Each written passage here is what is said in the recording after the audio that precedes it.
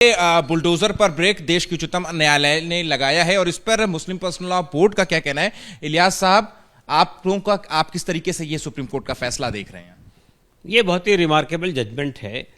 ये हम ये देख रहे हैं कि पिछले कई सालों से जो प्रशासन है और जो गवर्नमेंट है वो जस्टिस का बन जा रही थी। वो फैसला कर रही थी कि भाई आपने ये प्रदर्शन किया तो आपका घर तोड़ देंगे, तो किसी ने आवाज़ उठाई तो उसका घर तोड़ देंगे। सिलेक्टिवली मुसलमानों को टारगेट किया जा रहा था बुलडोजर के नाम पर।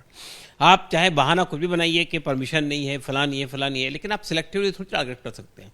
दूसरी बात ये कि आज रात में नोटिस लगाया और कल आपने डिमोलिश कर दिया। ये तो बेसिकली कोई आवाज़ उठा रहा है, कोई प्रदर्शन कर रहा है, कोई सरकार के फैसले पर आपत्ति जता रहा है, उसके खिलाफ कार्रवाइयाँ हो रही थी।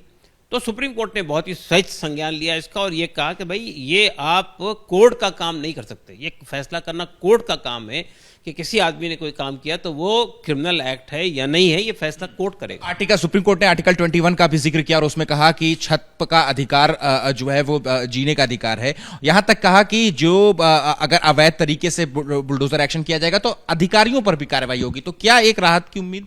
बिल्कुल सही फैसला किया है सुप्रीम कोर्ट ने। देखिए ये आर्टिकल 21 के तहत में आदमी को ये जीने का अधिकार में घर का, मकान का जो अधिकार है वो भी एक बेसिक अधिकार है। तो मैं समझता हूँ कि ये आप किसी आदमी की पूरी जिंदगी भर की कमाई को तोड़ देते हैं उठाकर।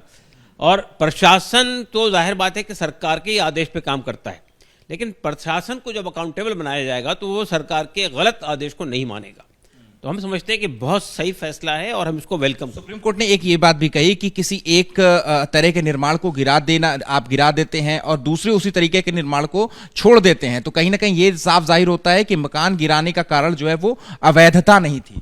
ये बात बिल्कुल सही है, मैं भी ये बात कह रहा हूँ। आप सिलेक्टिवली टारगेट कर रहे हैं एक पर्टिकुलर कम्युनिटी को और बाकी लोगों को छोड़ देते हैं उसके अंदर में। ये अगर अवैध तरीके से मकान बना है तो वहाँ जितने मकान है सब अवैध हैं। तो आप सिलेक्टिवली किसको टारगेट कर रहे हैं? किसी ने प्रदर्शन में आवाज उठाई, किसी ने प्रदर्शन में हिस्सा लिया, उसको टारगेट कर रहे हैं। तो अखिलेश देखिए, all India Muslim personal law board कहीं ना कहीं इस फैसले का जो है वो स्वागत कर रहा है।